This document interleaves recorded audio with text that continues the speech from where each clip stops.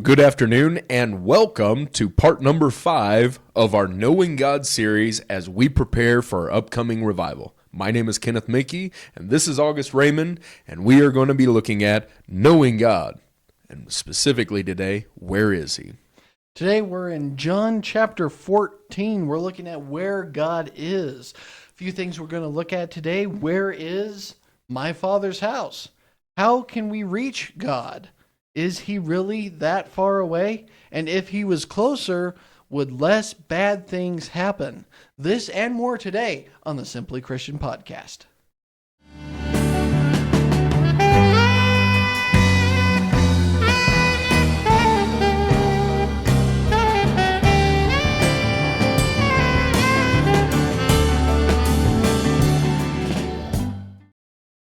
Well, today we are in part number 5 of our series, Knowing God, as we prepare for our upcoming revival. Here, November 16th through the 21st, Brother John Racine from Las Vegas, Nevada, will be here holding a revival every day, Sunday, Monday, Tuesday, Wednesday, Thursday, and Friday. So we look forward to the revival coming up and invite you to come and be a part of it so that you can revive your faith, know God a little bit more, and maybe know some aspects about Him or His character just a little bit greater so that you can know that your faith is growing in Him. And I want to encourage you to be part of that. In fact, Brother John Racine was even here today, right, this weekend. And so it's great to be able to see Brother Racine and his wife and spend time with them there. And look forward to having him back up here next weekend, and on the following week, November 16th through the 21st. And without further ado, let's get into our episode today, asking the question, where is God? Today we are in John chapter 14. We're going to be reading verse 2. John chapter 14, verse 2. It says, "In my Father's house are many rooms. If it were not so, I would have told you. I am going there to prepare a place for you." So the question is, where is our Father's house? Where is God? It's a good question, right? Where is He? Especially if you want to find Him, especially if you want to go see Him or talk to Him. Where would we find Him? Well, make it real simple and real easy. You think about Matthew chapter 6 and verse 9. Our Father who art in heaven, right? Yep. Our Father who art in heaven. And you can look at several different passages, whether it's many places in Revelation or other places like in 1 Corinthians where it's describing God on the throne, and or Christ coming and sitting at the right hand of the throne of God. We can see that. And so when we're looking at this, the throne helps us represent or help us understand God has authority, right? God has power where He dwells. He sits in the position of all authority and all power and all dominion over heaven and earth. And yes, that was given to Christ. There it says in Matthew 28, all authority has been given to me on heaven and earth. But God was the one that was able to do that because He is above all. And so when we think about God is in heaven, He's not just saying where the birds fly, right, in the space there, or in outer space, but yet He is above all. But then also think about where is God? You know, we are very physical, right? And sometimes we try to put physical limitations on other things because of our perception. Right. So if we say God is in heaven, God is there, well, if it was somebody else, we'd say if they're there, they can't be here, right? Right. So I know a preacher right now who's in Kentucky. He's not in Nevada, right? Because he's in Kentucky. Brother Racine is on his way to Las Vegas right now. When he lands, when he gets there, well, he's not in Reno anymore, right? Right. And so we have this idea that God is either, or people are either here or there, which they are. They're bound by physical laws of nature. Right. But God is not.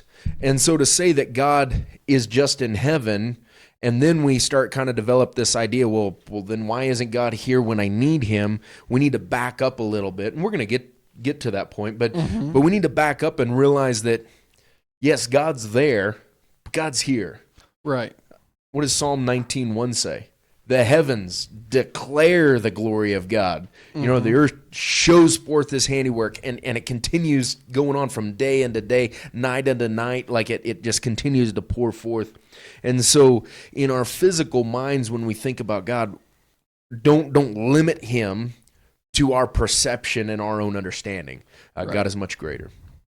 That's right. So where isn't he, I think, is more of the question. Yeah, that's a better question. Let's take a look over in Romans. Romans chapter 1.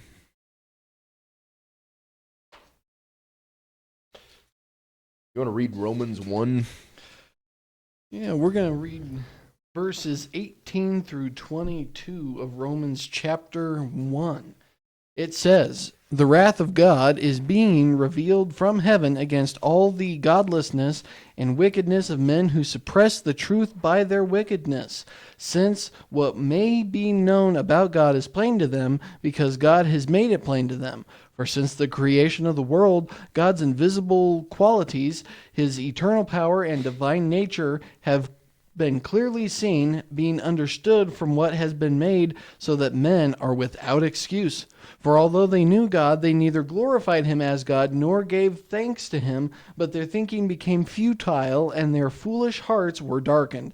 Although they claimed to be wise, they became fools."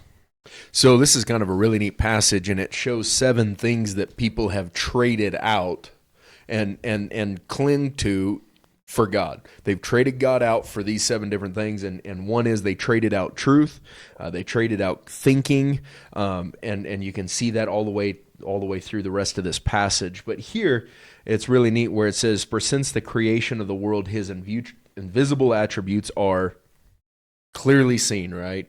It's made known. And when we try to deny the existence of God and how God is here, God is very present, and God is very alive, and God is very much working today, well, we're without excuse.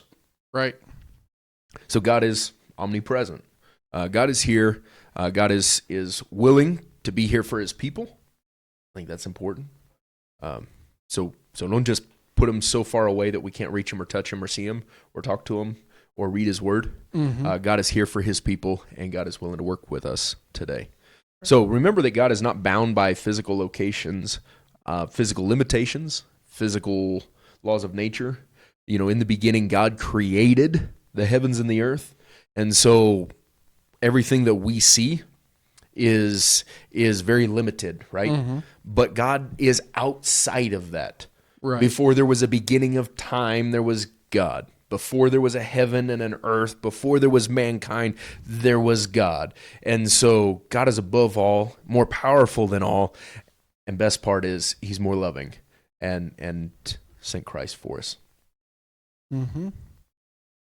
So a lot of times when we're thinking about things in general, it's if I can't detect it, if I can't sense it, if I don't know about it, it's real easy for me to deny it and say it doesn't exist. So is that good logic for God? As far as if I can't see him, does that mean he doesn't exist?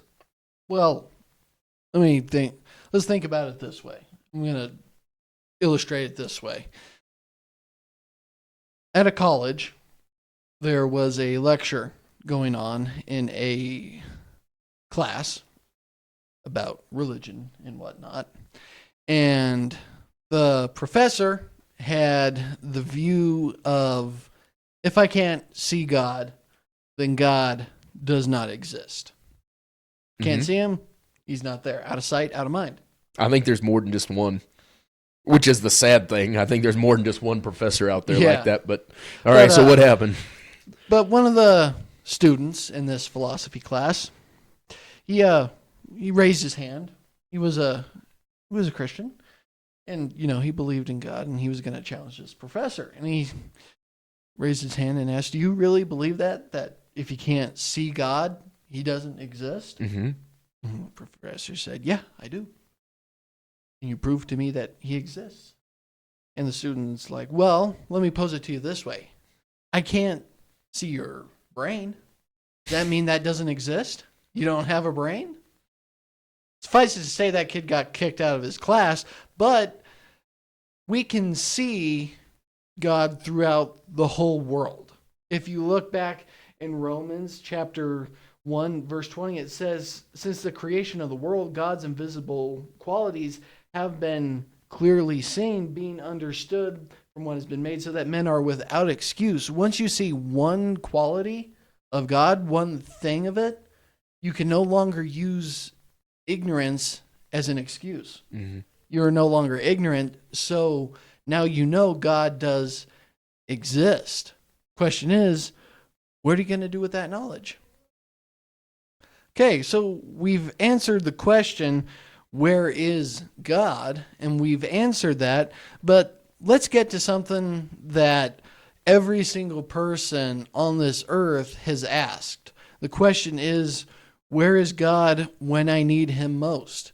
There's a lot of suffering in this world. There's a lot of pain. We see a lot of bad things happening to good people. We see good people get hurt. They get diseases. They have problems.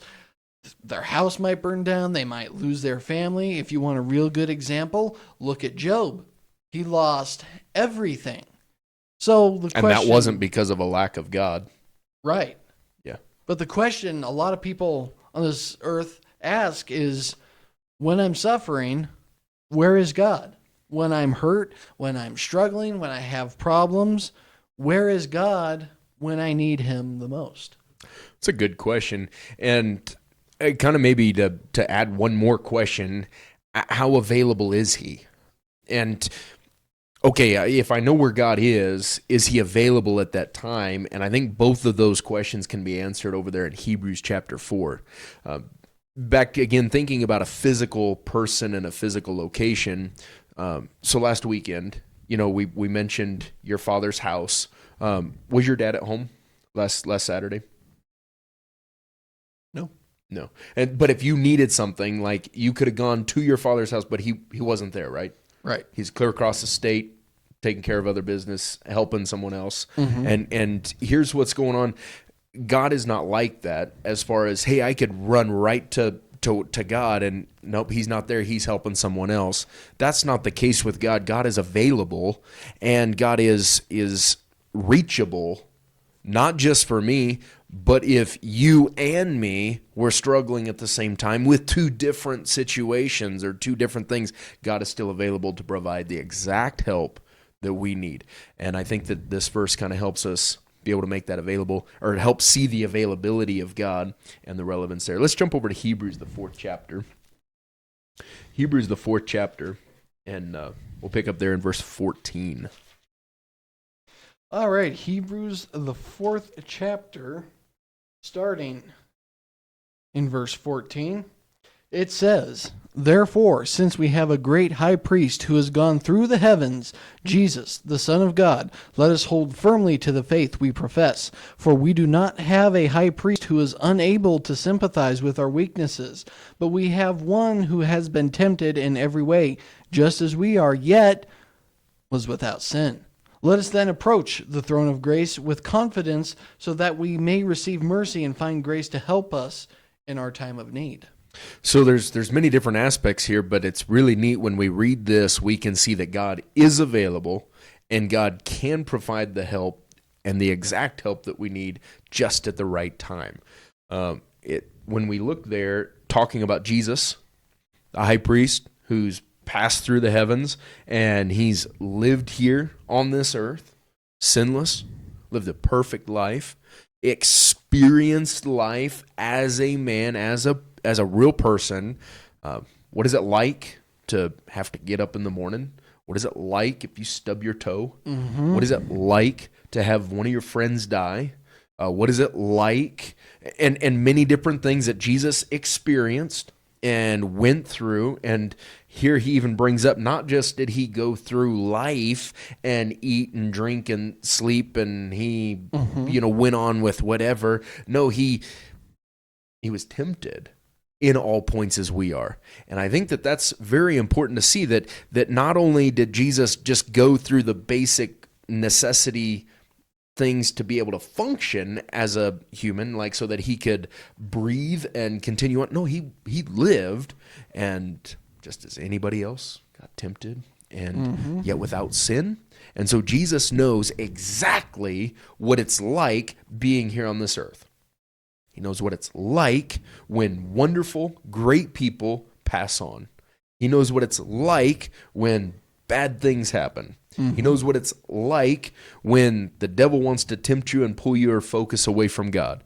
He knows exactly what it's like. And he, through Jesus Christ, has made God's help available to all of us.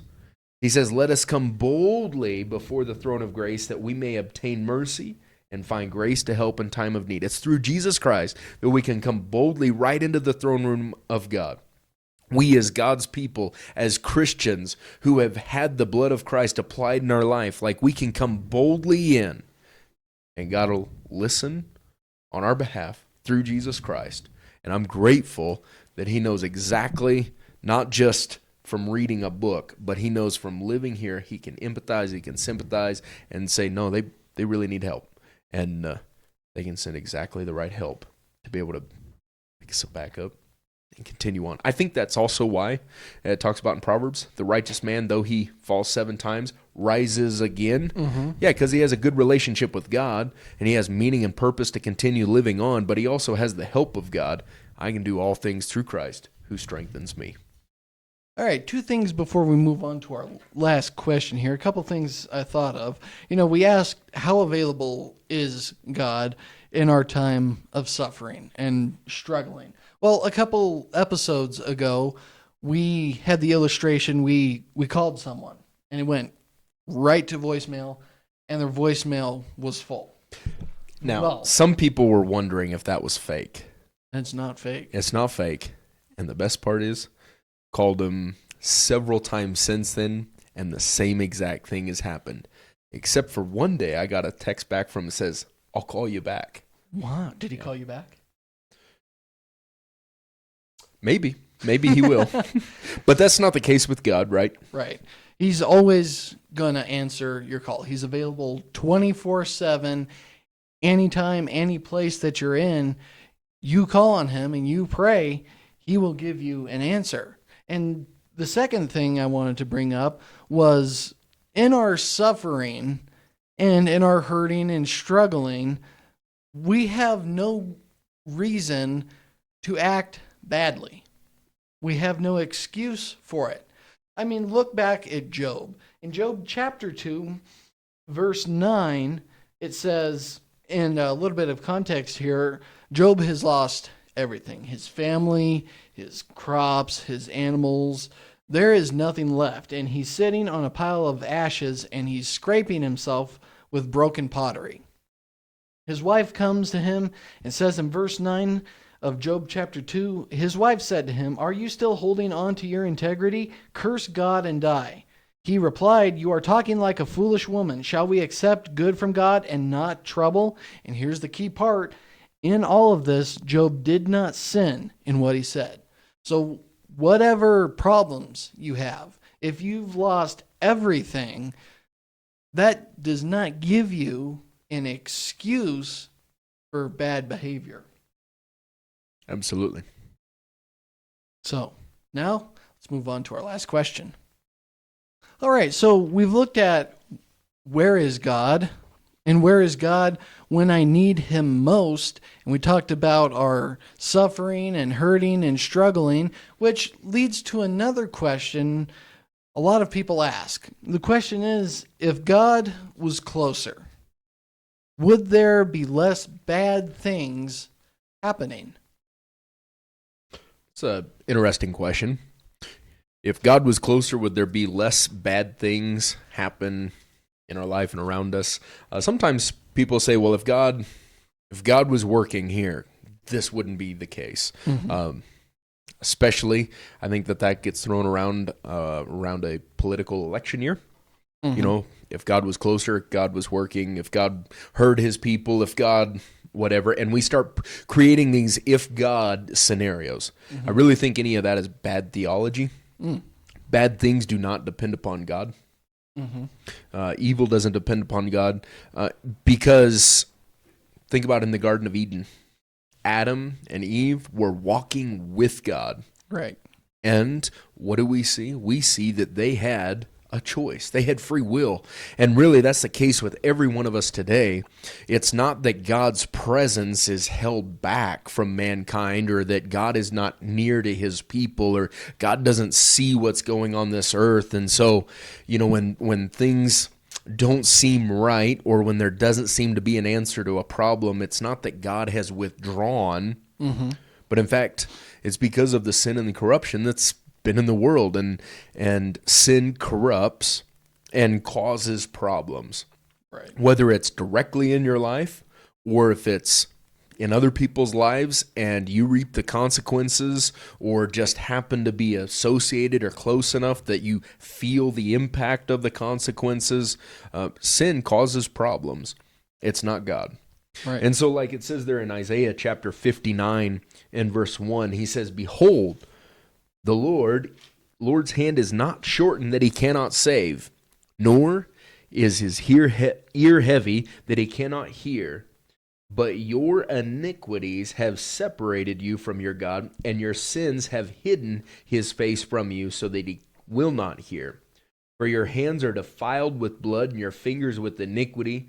Your lips have spoken lies, your tongue has muttered perversely. No one calls for justice, nor does any plead for truth." And it continues to go forward and go on.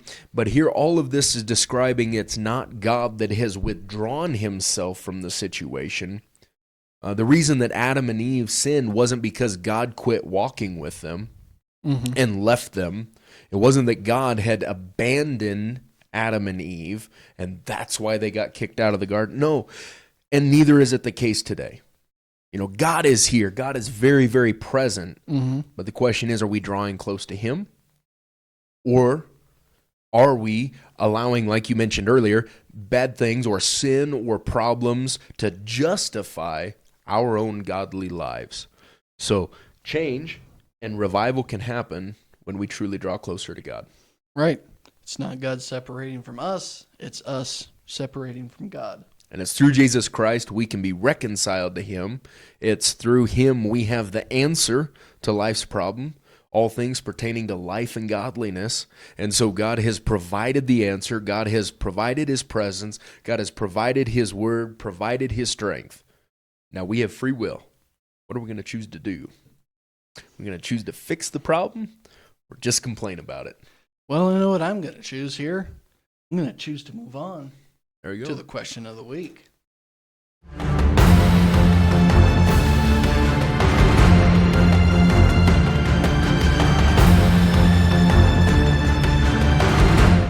So here we are at the question of the week. Last week's question, which we answered on this week's podcast, was, where is God? We got a couple comments this last week, so I appreciate that. And if you have more comments, please comment, like, subscribe, share, and post it there and help spread the word. Yeah, the more interaction we get with our episodes, the more distribution we have. I know definitely on Facebook, the more people that interact with it, they'll send us a message saying, hey, a lot of people are interacting with it. We've made it so it'll be distributed more and more people can see it. We also get that on YouTube. The more interaction, the more likely it is to be recommended to someone. So thank you for the comments and keep commenting. So the question this week is, where is God? And we've taken some time to be able to answer that real briefly. Where is God? Well, yes, our Father who art in heaven, right? Matthew chapter 6:9. Yes, God is in heaven. Yes, God is here. And I want to remind you one more verse over there in 1 Corinthians chapter 3 and verse 16. And this applies to us as Christians. But do you not know that you are the temple of God and the Spirit of God dwells in you? And you know, as Christians, we get the Spirit of God and God dwells in us. So where is God? He's right here. And I'm thankful that God is available through Jesus Christ. So what a wonderful thing, a wonderful blessing that we have through Jesus Christ. So next week's question, which we're going to give you a week to kind of think about this question, and we'd really encourage you to put the comment online and answer this. So give you a week to kind of think about it. And what is the question this week? How does God reveal himself to us? In case you didn't get that, how does God reveal himself to us? Very interesting question. How does God reveal himself to us? So think about it and definitely comment down below, share the answer, and we'll talk about it next week. Well, now on to the recap. So today, as we've been looking at where is God, I want to encourage you to look in your own life. Where are you in your relationship with God? Are you close? Are you a little distant? Where is God in your life? I want to remind you over there in James, the 4th chapter, in verse 8, it says, "Draw near to God, and he will draw near to you. Cleanse your hands, you sinners, and purify your hearts, you double-minded. Lament and mourn and weep. Let your laughter be turned into mourning and your joy to gloom. Humble yourself in the sight of the Lord, and he will lift you up." Draw near to God. He will lift you up. Humble yourself in the sight of the Lord. This is a promise from God. So I want to encourage you, know God, know where he is in your life, and know where his word is in your life. And if you need to draw a little closer, I want to encourage you to do that today. Well, we have come to the close of the podcast here today because we are out of licorice. And so I want to encourage you to come and be a part of the revival November 16th through the 21st. Brother John Racine from Las Vegas is coming here to help revive us and help us know God so that we can know that we're truly drawing closer to him through his word. Come and be a part of the revival every night. You can be here in person, or you can join us live and online by going to thechurchatreno.com or searching at The Church at Reno on Facebook or the YouTube page. We're very glad to have you, and please do join us. And we also encourage that you please pray for the revival, that we can truly be revived and help the community here. Thank you.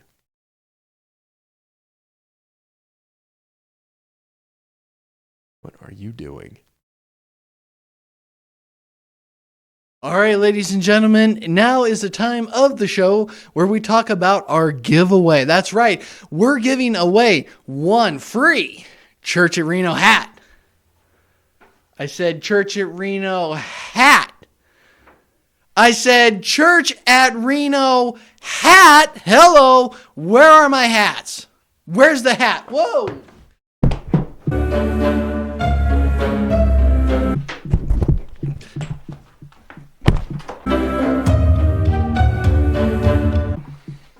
What? Well,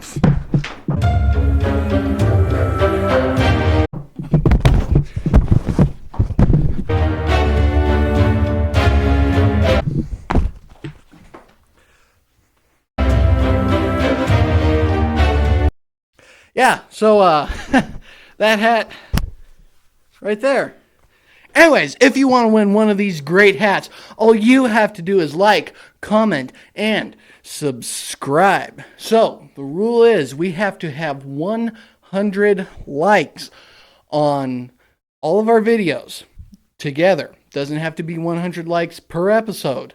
Just 100 likes on our first 6 episodes up to the revival. Remember, the way to win is to like, comment, subscribe, and we'll see you in the next video.